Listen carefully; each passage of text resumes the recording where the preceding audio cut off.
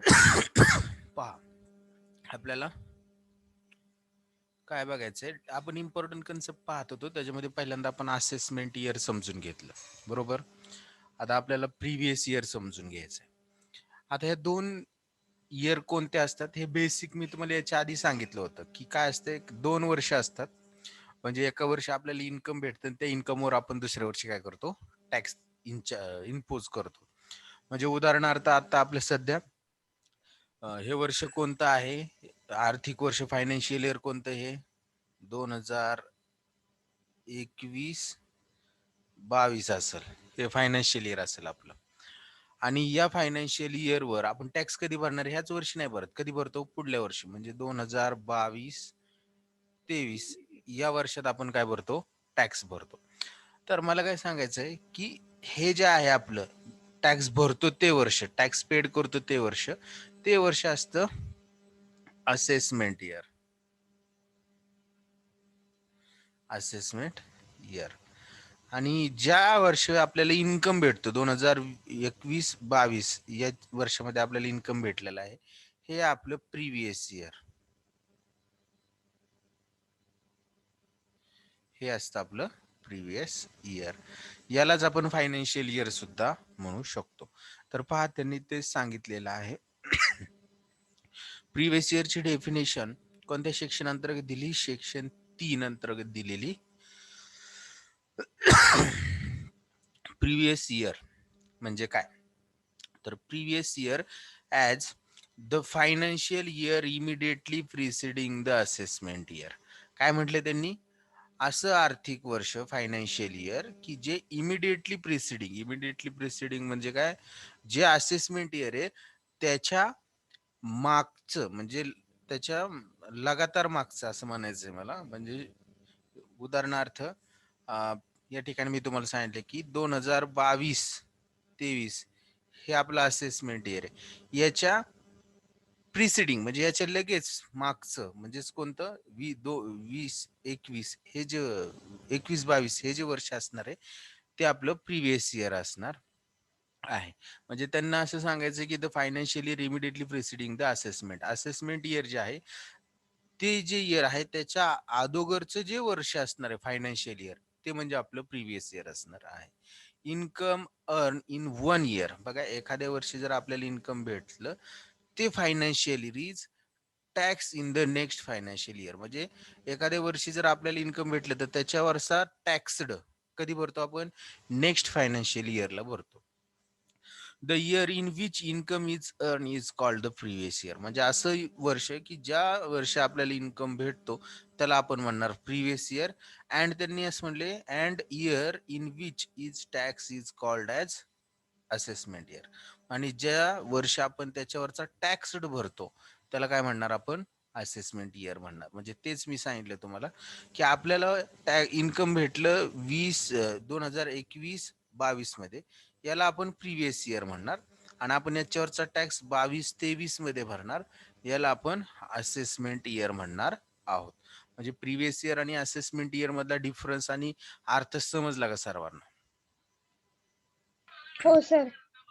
पहा, पुढे त्यांनी सांगितले की common previous year for all sources of income. आता हे तुम्हाला मी इन्कमचे सोर्सेस याच्या अगोदरच्या लेक्चरला पाहिले होते, की ते 5 सोर्सेस आहेत की ज्या माध्यमातून इंडिव्हिज्युअलला इन्कम म्हणजे एखाद्या व्यक्तीला इन्कम भेटत असतं आणि त्याच्यावर काय केलं जातं, तो टॅक्स भरत असतो.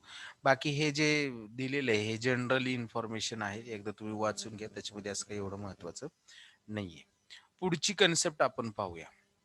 आता ही खूप महत्वाची कन्सेप्ट आहे. शॉर्ट नोटला बऱ्याचशा वेळा तुम्ही ज्यावेळेस तुमच्या क्वेश्चन पेपर बघताल जुन्या, तर तुम्हाला येईल, लक्षात येईल की पर्सन म्हणजे व्यक्ती, आपण त्याला मराठीतनं म्हणतो, बरोबर ना. व्यक्ती कोणाला म्हणायचं, तुम्ही काय सांगू शकतात, मराठीतनं सांगा, मला काही इंग्लिश मधनं सांगायचं असं अर्थ घ्यायचं हे नाही. मी आता जे तुम्हाला दाखवलं, व्यक्ती कोणाला म्हणायचं, पर्सन व्यक्ती, काय सांगाल सांगा बरं. त्याची व्याख्या 2 सबसेक्शन 31 मध्ये दिलेली, सेक्शन 2. हे MCQ साठी लक्षात ठेवावं लागणार आहे तुम्हाला. म्हणजे का, की जर एमसीक्यू वगैरे विचारले तर एमसीक्यू साठी लक्षात ठेवा. आणि काय करत चला की जे मी तुम्हाला एमसीक्यू साठी बोलतोय ते तुम्ही तुमच्या वहीमध्ये लिहून ठेवा. तुम्ही अख्खी ही डेफिनेशन वगैरे जरी लिहून ठेवलं तरी चालू शकतं. तर मला सांगा, पर्सन म्हणजे व्यक्ती, व्यक्तीमध्ये कोण येतं सांगा बरं. तुम्हाला जनरली तुमच्या डोक्यात काय संकल्पना आहे व्यक्ती म्हणजे? चुकीचं असली तरी चालेल, मला कळली पाहिजे.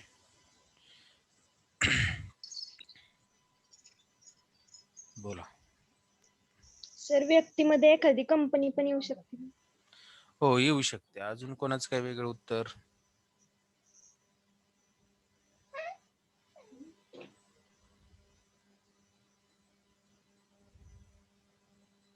बोला. व्यक्ती व्यक्ती म्हणजे कंपनी, बँक. हा, बँक तिचं म्हणणं असं आहे. बरं, त्याला अजून? ज्याला अधिकार असतो वस्तू देवाणघेवाण करण्याचा. बरं, तिने तिच्या पद्धतीने सांगण्याचा प्रयत्न केलेला आहे, बऱ्यापैकी बरोबर सांगितलेलं आहे. व्यक्तीमध्ये सगळ्या व्यक्ती तुम्ही पहा, ज्या वेळेस 11वीला शिकला असताल अकाउंट, त्यावेळेस तुम्हाला ट्रेडमार्क. पर्सन वगैरे शिकायला होतं. तर त्याच्यामध्ये natural person, artificial person. Natural person म्हणजे काय? नैसर्गिक व्यक्ती. म्हणजे आपण स्वतः 2 हात, 2 पाय, डोळे वगैरे असणारा जो व्यक्ती आहे त्याला इंडिव्हिज्युअल म्हणतो. तर ते इंडिव्हिज्युअलचा समावेश होतो. इंडिव्हिज्युअल मध्ये मेल फिमेल, स्त्री पुरुष हे दोन्ही येतात. म्हणजे व्यक्ती कोणाला म्हणायचं? पहिली गोष्ट म्हणजे ॲन इंडिव्हिज्युअल, इंडिव्हिज्युअल मधले आपल्यासारखे नैसर्गिक व्यक्ती. नैसर्गिक व्यक्ती याच्यामध्ये कोण? स्त्री पुरुष, की जे निसर्गाने निर्माण केलेले आहेत. याच्यानंतर जे सगळे कायद्याने निर्माण केलेले आहेत त्याला सुद्धा काय आपण म्हणणार? Artificial person. मग त्यांनी त्याच्यामध्ये स्पेसिफिकेशन दिलेले आहेत बघा. इंडिव्हिज्युअल म्हणजे नैसर्गिक व्यक्ती हा व्यक्ती येणार आहे. त्याच्यानंतर अ Hindu undivided family. Hindu undivided family म्हणजे काय? अविभक्त, हिंदू अविभक्त कुटुंब असं म्हणतो त्याला, बरोबर? तर आपण ज्या कुटुंबात राहतो, आपल्या कुटुंबात काय की उदाहरणार्थ रेशन कार्डवर ज्यांची ज्यांची नाव आहेत, आवाज येतोय ना सर्वांना?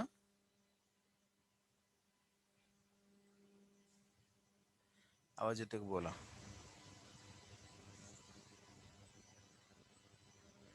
बघा, हिंदू अनडिवायडेड फॅमिली म्हणजेच आपल्या आवाज येतोय का? एकदा मला सांगा, कारण की नेट कनेक्शन कमी जास्त होते. हा, येतोय सर. हा, हिंदू अनडिवायडेड फॅमिली म्हणजेच HUF. म्हणजे आपल्या रेशन कार्डचा आपण विचार करायचा की रेशन कार्ड एक पर्सन आहे असं समजायचं, की हिंदू एकत्र कुटुंब जे असतं त्याला सुद्धा आपण काय म्हणणार? पर्सन म्हणणार. त्याच्यानंतर कंपनी. कंपनी म्हणजे कोणतीही कंपनी. मग त्याच्यामध्ये तुम्ही जी कंपनी कायदा 2013 किंवा त्याच्या अगोदरचा कंपनी ऍक्ट, कंपनी ऍक्टने काय झालेली? रजिस्टर्ड झालेली. कोणता कंपनी ऍक्ट? 2013 किंवा आपण त्याला म्हणतो 1956, त्याच्या अगोदरचा कंपनी ऍक्ट होता. या कायद्याने, कंपनी कायद्याने ज्या संस्थेची नोंदणी झालेली त्याला कंपनी म्हणतो. मग ही कंपनी सुद्धा काय असणार आहे? पर्सन असणार. कोण कोण पर्सन असणार आहे?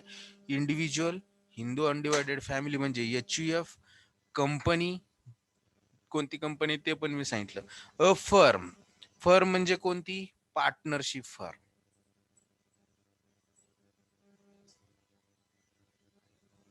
Partnership firm. आणि पार्टनरशिप फर्म कोणत्या कायद्याने नोंदवली जाते? कोण सांगतंय मला?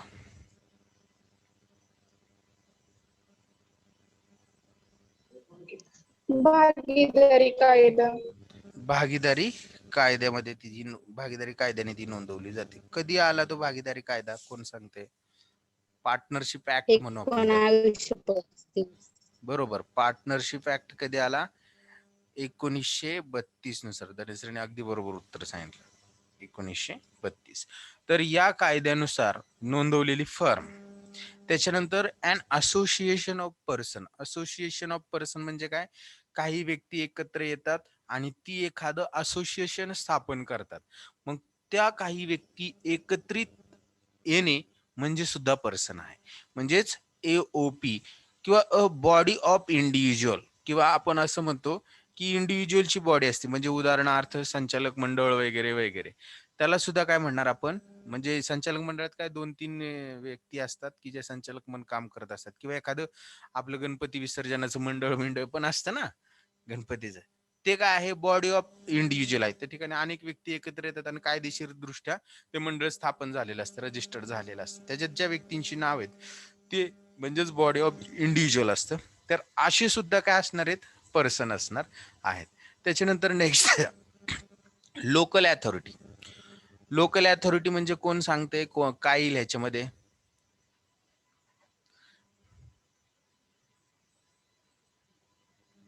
Local authority.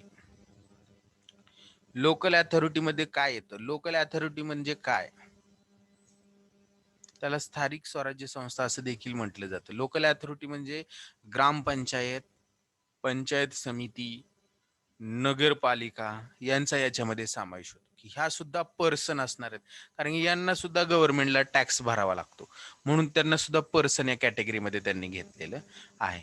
Every official judicial person, sorry, every artificial judicial person, म्हणजे जे कायद्याने निर्माण झालेल्या जेवढ्या व्यक्ती आहेत, की ज्यांना आपण आर्टिफिशियल ज्युडिशियल पर्सन म्हणजे काय, की नैसर्गिक व्यक्तीप्रमाणे काही कायदेशीर हक्क व्यक्तीला प्राप्त झालेले असतात. उदाहरणार्थ आपण त्याला म्हणू, कंपनी जर म्हटलं ते आर्टिफिशियल ज्युडिशियल पर्सन आहे. का?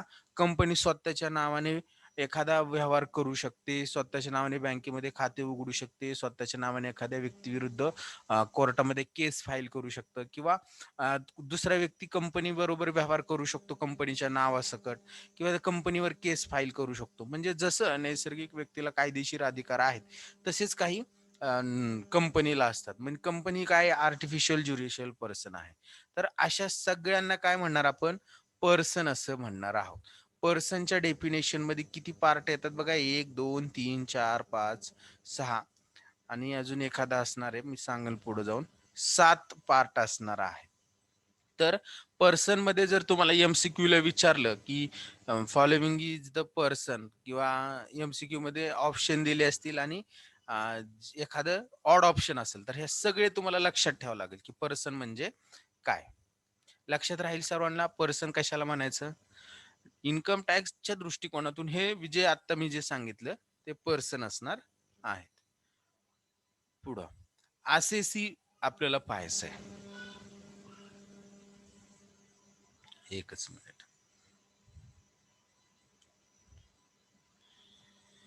पहा, असेसी, आरसीसीला आपण मराठीतनं करदाता असं देखील म्हणतो.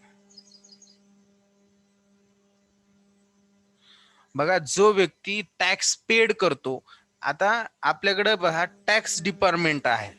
काय आहे? टॅक्स अथॉरिटी आहे. टॅक्स अथॉरिटी किंवा टॅक्स डिपार्टमेंट गव्हर्नमेंटचं. या टॅक्स डिपार्टमेंटला एकच साधी सरळ सिंपल गोष्ट सांगतो. या टॅक्स डिपार्टमेंटच्या दृष्टिकोनातून, टॅक्स डिपार्टमेंटच्या दृष्टिकोनातून जो व्यक्ती टॅक्स पेड करतो, टॅक्स किंवा टॅक्स डिपार्टमेंटला एनी अमाऊंट पेएबल लागतो, म्हणजे पेड करणं त्याच्या दृष्टिकोनातून गरजेचं असतं, त्याला काय म्हणणार आपण? आयसीसी म्हणणार. किंवा टॅक्स डिपार्टमेंटला एखाद्या व्यक्तीला अमाऊंट देणं असतं, म्हणजे रिसिवेबल असतं. म्हणजे जसं एखाद्या व्यक्ती टॅक्स पेड करतो किंवा अमाऊंट एखाद्या डिपार्टमेंटला पेड करावं लागतं टॅक्स डिपार्टमेंटला, तसंच टॅक्स डिपार्टमेंटला सुद्धा काही वेळेस टॅक्स रिफंड सुद्धा करावा लागतो. म्हणजे एखाद्या व्यक्तीला टॅक्स डिपार्टमेंट सुद्धा पैसे देणं लागतं. तर अशा दोन्ही दृष्टिकोनातून जो व्यक्ती असेल त्याला आपण असेसी असं म्हणणार. त्यांनी तेच सांगितलेले आहे या ठिकाणी. डेफिनेशन कोणत्या सेक्शन अंतर्गत दिली? Under section 2 subsection 7. हे सेक्शन का लक्षात ठेवा, कारण की याच्यावर MCQज असतील. तर मी ज्या ठिकाणी MCQ येऊ शकतो त्या ठिकाणी अशा पद्धती MCQज लिहून ठेवल, तुम्ही त्या पद्धतीने ते लक्षात ठेवायचं. असेसी मीन्स, बघा आता त्यांनी सांगितलंय, assessee means a person by whom बघा असेसी मीन्स अ पर्सन. आता पर्सनची डेफिनेशन पाहिली, पर्सन मध्ये वर आपण ज्या 7 किंवा 6 व्यक्ती बघितल्या होत्या त्या सगळ्या येणार आहेत, बरोबर. तर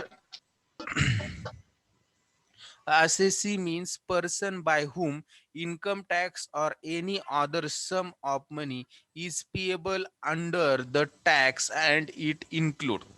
बघा त्यांनी काय सांगितलंय की असेसी म्हणजे असा व्यक्ती जो इन्कम टॅक्स काय किंवा अजून एखादी amount a sum of money is payable under the act and it include. म्हणजे काय सांगितलंय त्यांनी की टॅक्स डिपार्टमेंटला किंवा गव्हर्नमेंटला जो व्यक्ती टॅक्स म्हणजे कर देय आहे, पेड करणं लागतो, त्याला काय म्हणणार आपण, आरसीसी असं म्हणणार आहोत. त्यांनी या ठिकाणी एक दोन कंडिशन अजून त्या ठिकाणी दिलेल्या आहेत, डीम्ड असेसी वगैरे वगैरे, तर ते सुद्धा समजून घेऊया. फर्स्ट त्यांनी सांगितलेले, every person in respect of whom any proceeding under the act has been taken for the assessment of his income or loss or amount of refund due to him. आता बघा मी जे आधी वर सांगितलं होतं ना, असा प्रत्येक व्यक्ती असेसी असणार आहे जो इन्कम टॅक्स अंतर्गत, म्हणजे जो आता आपला जो ऍक्ट आहे त्याच्या अंतर्गत त्याच्या इन्कम वर असेसमेंट असेसमेंट केलं जातं त्याच्या इन्कमचं, म्हणजेच टॅक्स आकारला जातो त्याच्या इन्कमवर, किंवा त्याच्या लॉसचं म्हणजे तोट्याचं देखील असेसमेंट होऊ शकतं, किंवा तो एखाद्या वेळेस आपण त्याला अमाऊंट रिफंड करतो, टॅक्स डिपार्टमेंट रिफंड करतो, असा व्यक्ती म्हणजे काय असणार आहे, असेसी असणार आहे. त्याच्यानंतर अजून त्यांनी सांगितले की person who is assessable in respect of income or loss of another person. म्हणजे दुसऱ्या व्यक्तीच्या वतीने, दुसऱ्या व्यक्तीच्या वतीने, म्हणजे आता मला असं काय म्हणायचंय की एखाद्या व्यक्तीचं इन्कम म्हणजे ए हा व्यक्तीच्या इन्कम वर टॅक्स जर बी भरणार असेल त्याला रिप्रेझेंटेटिव्ह म्हणतो, किंवा मायनर चाइल्डचा टॅक्स त्याचा जो मेजर म्हणजे गार्डियन असतो तो पेड करतो. तर ह्या कन्सेप्ट मध्ये ही त्यांनी क्लॅरिटी दिलेली आहे की एच्या वतीने बी ने जर टॅक्स पेड केलेला असेल तर बी हा असेसी. त्याच्यानंतर an assessee in default under any provision of the act.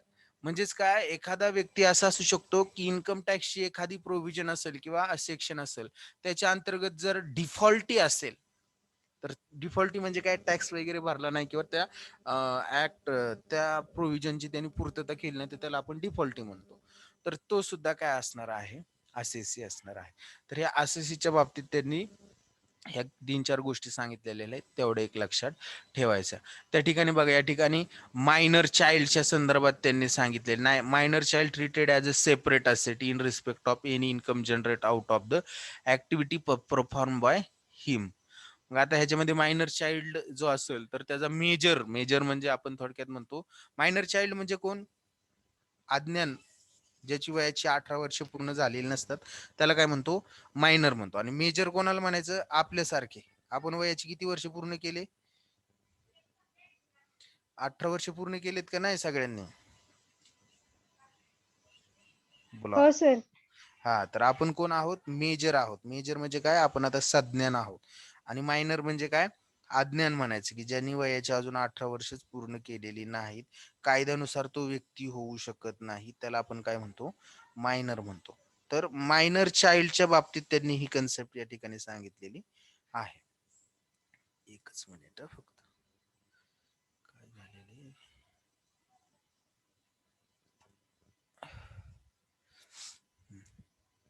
चला, तर पुढे पहा, एक अजून एक कन्सेप्ट दिलेली त्यांनी, असेसमेंट. असेसमेंट म्हणजे काय, असेस करणे, शोधणे, किंवा काय आपण त्याला काय म्हणतो, जे टॅक्सेबल इन्कम असेल ते किती आहे हे माहित करून घेणे म्हणजे असेसमेंट. तर त्याची देखील डेफिनेशन त्यांनी दिलेली आहे अंडर सेक्शन 2 सबसेक्शन 8 मध्ये. असेसमेंटची डेफिनेशन असणार आहे. काय सांगितले बघा त्यांनी, and assessment is the procedure to determine the taxable income. अतिशय साध्या आणि सोप्या शब्दात सांगितलेलं आहे. असेसमेंट म्हणजे काय, की एक प्रोसिजर आहे, एक प्रक्रिया आहे, काय डिटरमाइंड करण्याची, एखाद्या व्यक्तीचं टॅक्सेबल इन्कम डिटरमाइंड करण्याची जी प्रक्रिया आहे त्याला असेसमेंट असं म्हणणार. तर of an assessee and and the tax payable by him under section 2 subsection 8 of Income Tax Act 1961 given by an inclusive पुढे काय दिले ते पण सांगतो. पण एक गोष्ट लक्षात ठेवा, असेसमेंट म्हणजे काय ही एक प्रोसिजर आहे टॅक्सेबल इन्कम काय करण्याची, असेस करण्याची.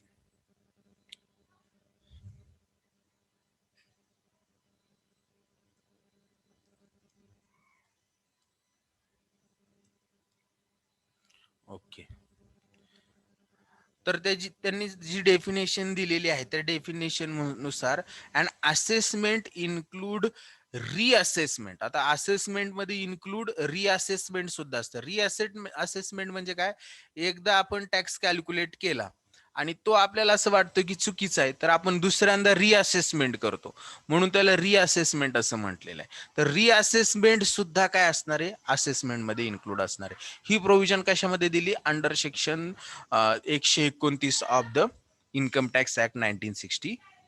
Every assessee is required to file a self declaration of his income and tax payable by him called return of income.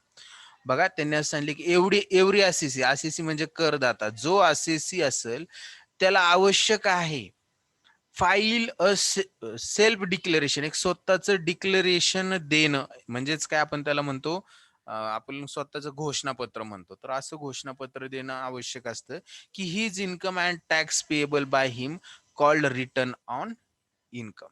तर आता दुसरी एक महत्वाची डेफिनेशन आता आपण पुढे जाऊन बघणार आहोत, ती म्हणजे इन्कम. इन्कमची डेफिनेशन कोणत्या सेक्शन अंतर्गत दिलेले आहे, या पद्धतीचा MCQज तुम्हाला विचारला जाऊ शकतो. तर सेक्शन 2 सबसेक्शन 24 हे जे आहे त्याच्या मार्फत इन्कमची डेफिनेशन दिलेली आहे. डेफिनेशन अतिशय मोठी आहे, ती लक्षात ठेवायची. इन्कम कशाला म्हणायचं, कोण सांगते मला? इंडिव्हिज्युअलचा विचार करायचा या ठिकाणी. इन्कम कशाला म्हणायचं की एखाद्या व्यक्तीला त्याने जी सेवा दिलेली असेल किंवा त्याने जे काम केलेले असेल, त्या कामाच्या बदल्यात त्याचा जो मोबदला म्हणजे कन्सिडरेशन असेल, त्याला त्याचं काय म्हणणार, इन्कम म्हणणार. तर त्या इन्कम मध्ये बऱ्याचशा गोष्टी इन्क्लूड असणार आहेत. मोबदला. हा, बऱ्याचशा गोष्टी इन्क्लूड असणार आहेत. तर त्या गोष्टी कोणकोणत्या आहेत ते आपण बघणार आहोत. एकच मिनिट हा.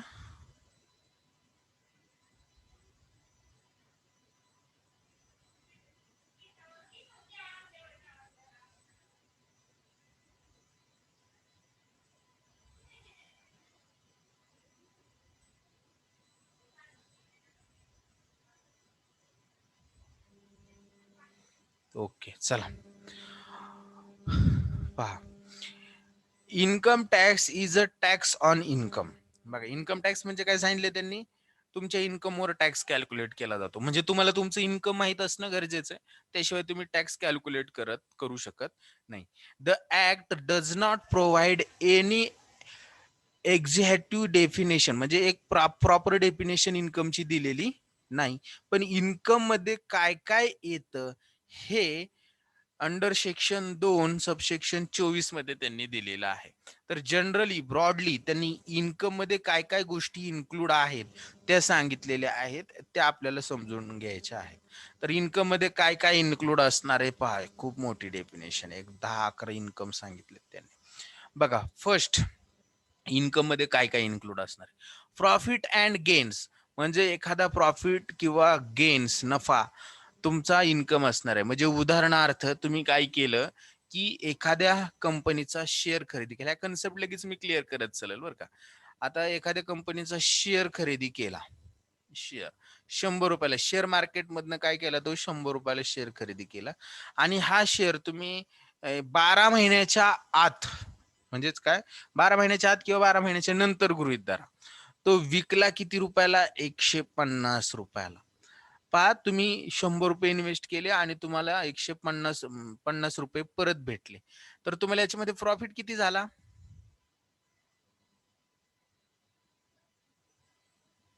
50 रुपये. 50 रुपये. हा तुमचा प्रॉफिट जो असणार आहे हा इन्कम समजला जाणार आहे. हेच तुम्ही कशाच्या बाबतीत अजून सांगू शकता? तुम्ही एखादी ऍसेट आहे, उदाहरणार्थ बिल्डिंग आहे असं म्हणूया. बिल्डिंग, एक बिल्डिंग खरेदी केली 10 लाखाला आणि विकली 15 लाखाला, फायदा झाला किती? 5 लाख रुपये. हा 5 लाख रुपये सुद्धा काय असणार आहे? तुमचा प्रॉफिट आहे. तो काय तुमचा इन्कम असणार आहे. कळते ना मी काय सांगतोय? तर प्रॉफिट आणि गेन कशाला म्हणायचं? की एखाद्या व्यवहारातून खरेदी विक्रीच्या तुम्हाला प्रॉफिट झाला तर तो काय असणार आहे? इन्कम असणार आहे. डिव्हिडंड, डिव्हिडंड म्हणजे काय मराठीमध्ये कोण सांगते? लाभांश. लाभांश. डिव्हिडंड म्हणजे लाभांश. हा कशावर भेटतो? शेअर्सवर भेटतो, डिबेंचर्सवर भेटतो, किंवा आपण त्याला बॉन्ड्स वगैरे म्हणू, त्याच्यावर भेटतो, बंधपत्रावर, डिबेंचर. डिबेंचर्सवर भेटतो. अजून कोणाच काही वेगळं उत्तर? धनश्रीन डिबेंचर्स सांगितलं. शेअर्स वर पण भेटणार. हा, आता शेअर्सवर भेटतो लाभांश. इथं धनश्रीचं कन्फ्युजन आहे की शेअर्सवर आणि डिबेंचर्सवर असं तिने दोन्ही दिलं. तर पहिली गोष्ट म्हणजे शेअर, शेअर्सवर काय भेटतो? डिव्हिडंड, डिव्हिडंड, डिव्हिडंड भेटतो. आणि डिबेंचर्सवर इंटरेस्ट दिला जातो. डिबेंचर्स म्हणजे कर्ज असते, एवढं लक्षात ठेवायचं. डिबेंचरवर काय दिला जातो? इंटरेस्ट दिला जातो. तर असा डिव्हिडंड जर तुम्हाला शेअर्सवर भेटलेला असेल तर तो सुद्धा काय आहे? तुमचा इन्कम आहे असं समजलं जातं. इन्कमच समजला जातो. Then after voluntary contribution received by certain institution. आता काय व्हॉलंटरी म्हणजे काय? कोण सांगते व्हॉलंटरी या शब्दाचा अर्थ? स्वयंसेवक ना. व्हॉलंटरी, व्हॉलेंटियर म्हणजे स्वयंसेवक. व्हॉलंटरी असं आहे. व्हॉलंटरी म्हणजे थोडक्यात असं म्हणायचं ऐच्छिक, कंपल्सरी, हे सक्तीच झालं. याला आपण असं म्हणणार ऐच्छिक. व्हॉलंटरीचा अर्थ ऐच्छिक होईल. ऐच्छिक contribution received by certain institution. म्हणजे ह्याच्या बाबतीत तुम्हाला एक कन्सेप्ट मी समजून सांगतो. तुम्ही आता बऱ्याचशा वेळेस तुमच्या घरातले किंवा मित्रांमधले किंवा नातेवाईकांमध्ये बऱ्याचशा वेळा ऐकतात, ते एखाद्या कंपनीत कामाला असतात, या कंपनीत कामाला, आणि त्यांना पगार असतो किती? पहा, 15,000 रुपये पगार आहे असं समजू. आणि आपण विचारतो तुला पगार किती? तो म्हणतो 15,000 रुपये आहे, पण हातात पडतोय किती? 15,000 हातात फोडतो का? त्याच्या हातात किती येतो? 15चे 15 भेटतात का? कंपनीमध्ये कामाला असाल किंवा एखादा गव्हर्नमेंट एम्प्लॉय, नाही. कमी देतात बरोबर ना? 15,000 आहे परंतु हातात पडतोय म्हणतो 13,000. हातात किती पडतोय? 13,000. त्याला कमी किती भेटतात?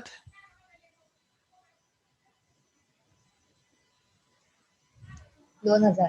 2,000 रुपये त्याला कमी भेटतात. हा, 2,000 कमी भेटतात. आता हे कमी भेटण्याचं कारण काय असतं?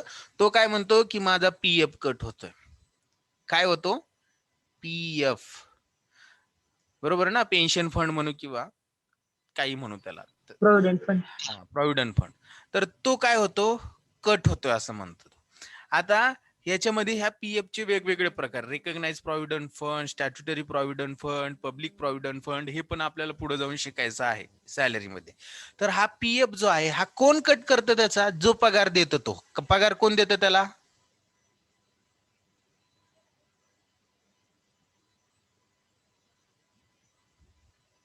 कोण देतं पगार? कंपनी पगार देते ना. कंपनी का करते असं? कारण की हा जो आपल्याकडे कर्मचारी काम करतोय, हा कर्मचारी इन फ्युचर कधी नाही कधी रिटायर्ड होणार आहे, आणि रिटायर्ड झाल्यानंतर त्याला काम करणं शक्य नाही. मग तो आता जो काम करतोय त्या कामाच्या इन्कम मधूनच, त्याच्या पगारातूनच काही रक्कम आपण त्याच्या पीएफ अकाउंटला ट्रान्सफर करू, जेणेकरून जो वेळेस तो निवृत्त होईल त्यावेळेस त्याला याचा फायदा होईल. मग कंपनी त्याच्या पगारातून 2,000 रुपये कट करते आणि पीएफ अकाउंटला ट्रान्सफर करते. त्याचबरोबर कंपनी सो इच्छेने म्हणजे ऐच्छिक कॉन्ट्रीब्युशन करते. स्वतःच्या वतीने सुद्धा 2,000 रुपये कुठे ट्रान्सफर करते? त्याच्या पीएफ अकाउंटला. म्हणजे पहा, पीएफ अकाउंट ही संकल्पना कशी असते? कंपनी हे एम्प्लॉई म्हणजे जो कर्मचारी आहे त्याच्या पगारातनं 2,000 कट होतात, म्हणजे तो 2,000 रुपये स्वतः कॉन्ट्रीब्युट करते आणि कंपनी त्याच्या वतीने 2,000 रुपये कॉन्ट्रीब्युट करते. असे टोटल पीएफ ला जातात त्याचे 4,000 रुपये. हे त्याला माहितीच नसतं.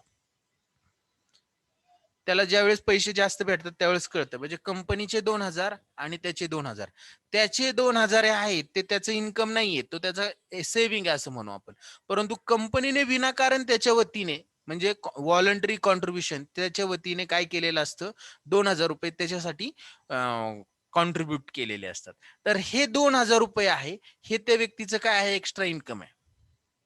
तर याला सुद्धा काय म्हणणार आपण, इन्कमच म्हणणार. म्हणून voluntary contribution received by certain institution. जर तुमच्या वतीने कुणी ऐच्छिक कॉन्ट्रीब्युशन तुमच्या एखाद्या भविष्य निर्वाह निधीसाठी जर केलेला असेल तर त्याला काय म्हणणार आपण, इन्कमच असं म्हणणार. त्याच्यानंतर receipt by employees the value of any benefit or perquisites whether convertible into money or not. हे खूप महत्वाचं आहे की एम्प्लॉई म्हणजे कोण, कर्मचारी. कर्मचारी. आणि याला दुसरा शब्द याच्या सारखाच मी वापरतोय, लक्षात द्यायचं. एम्प्लॉयर तुमचं बऱ्याचशा वेळा ह्याच्यामध्ये कन्फ्युजन होऊ शकतं. एम्प्लॉई म्हणजे कर्मचारी आणि एम्प्लॉयर म्हणजे कोण, कोण सांगतंय? अर्थ वेगळा आहे पूर्ण. एम्प्लॉयर फक्त ई आर प्रत्यय लावलाय मी इथं, डबल ई एस खोडून टाकतो इथं, डबल ई. एम्प्लॉयर म्हणजे कोण?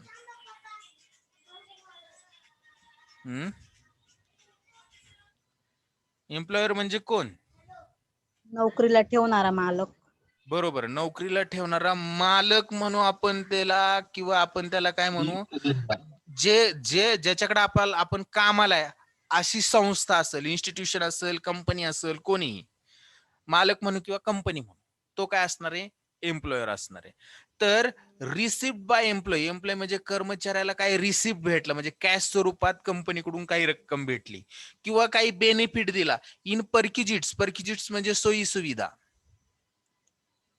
सोयी सुविधा, सोयी सुविधा म्हणजे त्याला राहण्यासाठी घर दिलं, येण्या जाण्यासाठी गाडी दिली, फोन करण्यासाठी मोबाईल दिला, काम करण्यासाठी लॅपटॉप दिला, वगैरे वगैरे. पोरांना शाळेत जाण्यासाठी शाळा कंपनीचीच आहे, तिथं जा फुकट शिक असं म्हटलं पोरांना. तर काय, हे पर्क्युजिट्स, ह्या सोयी सुविधा आहेत. घरामध्ये गॅस दिला, गॅस सोबत वॉटर सुद्धा दिलेलं आहे, फक्त कंपनी त्याला काय देत नाही. कंपनी, काही कंपनीमध्ये काही पर्सन इतके IMP की पर्सन असतात की त्यांना कंपनी सगळं प्रोव्हाइड करते, अगदी गार्डियन, कुक, त्याच्यानंतर watchman, gas, electricity, water bill, motor car, त्याच्यानंतर हाऊसमध्ये फर्निचर सगळं देते. फक्त तुझं तू लग्न करायचं म्हणते, आम्ही लग्न करून देणार नाही तुझं. एवढी फॅसिलिटी सगळी त्या ठिकाणी असते. तुम्हाला ते पुढे जाऊन शिकायला सुद्धा असणार आहे. तर मी काय सांगितलं की एम्प्लॉईला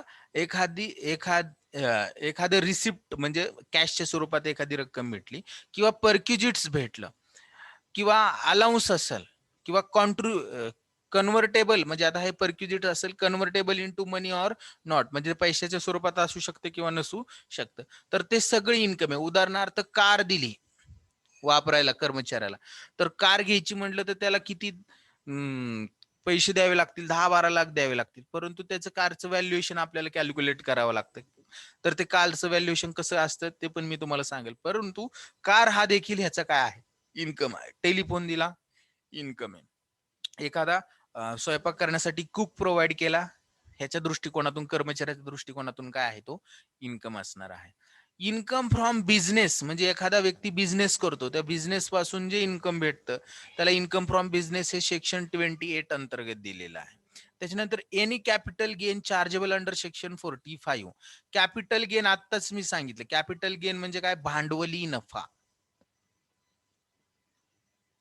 भांडवली नफा. तर हे कॅपिटल गेन कोणतं असू शकतं, की तुम्ही सोनं खरेदी केलं, गोल्ड खरेदी केलं, गोल्ड विकलं, शेअर खरेदी केले, शेअर विकले आणि त्यातनं फायदा झाला, बिल्डिंग खरेदी केली, बिल्डिंग विकली, त्यातनं फायदा झाला, एखादी फिक्स असेट खरेदी केली आणि ती विकली, त्यातनं तुम्हाला फायदा झाला, म्हणजेच काय, दीर्घकालीन नफा होतो, त्याला कॅपिटल गेन असं म्हणणार आहोत. जो तुमचा कसा असतो 12 महिन्यापेक्षा जास्त कालावधीसाठी तुम्ही एखादी असेट खरेदी करून विकता त्याला कॅपिटल गेन असं म्हणणार. तर असा कॅपिटल गेन सुद्धा काय असणार आहे, त्याचा इन्कम असणार. काय तुझं म्हणणं आहे, बोल.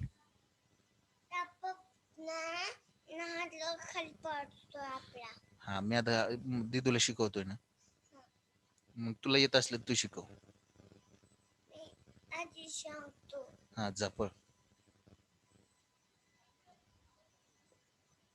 चला पुढे जाऊया. पुढे त्यांनी इन्कमची डेफिनेशन अशी सांगितलं, अजून एक सांगितलेलं आहे की a sum of earlier allowed as a deduction. आता काय होतं, काही वेळेस डिडक्शन देखील भेटत असतात.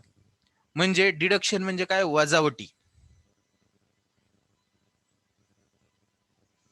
कंपनी काही वजावटी देखील देत असते. मग हे chargeable under income tax section 59 मध्ये जर येत असतील तर त्या सुद्धा इन्कम असणार आहेत. ह्या कोणत्या असणार आहेत, पुढे जाऊन ह्या सुद्धा शिकणार आहेत, पण हे पण लक्षात ठेवा. तर हे सगळं काय असणार आहे, इन्कम असणार आहे. अजून त्यांनी पुढे काय दिले पहा, जरा फास्ट घेऊ समजून, शेवटचे 3 मिनिट राहिले, संपलं पाहिजे. हे इम्पॉर्टंट कन्सेप्ट मधनं आपण बऱ्यापैकी बाहेर पडू.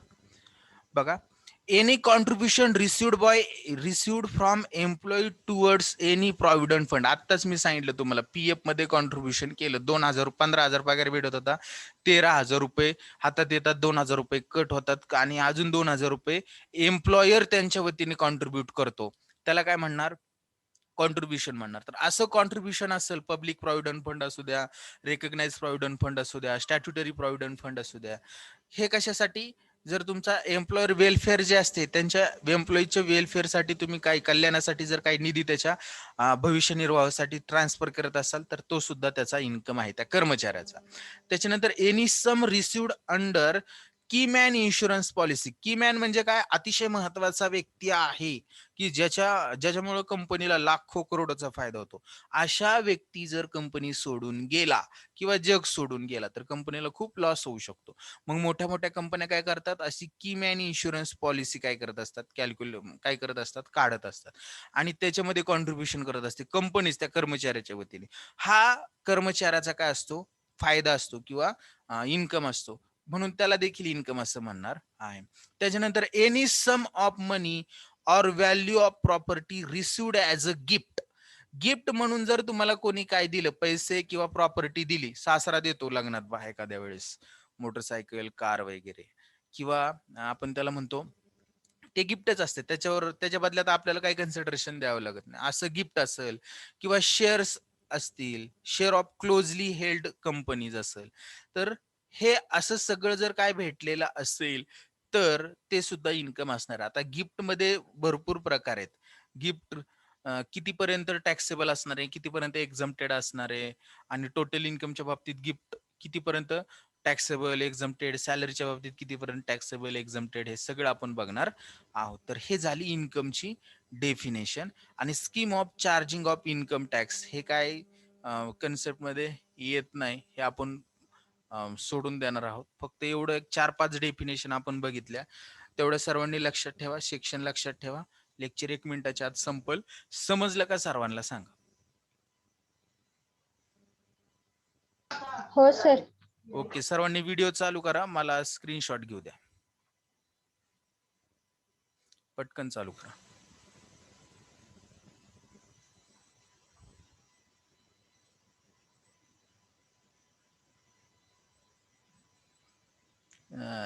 सोमनाथ तर आपलं रानातच चालू दिसतंय काहीतरी.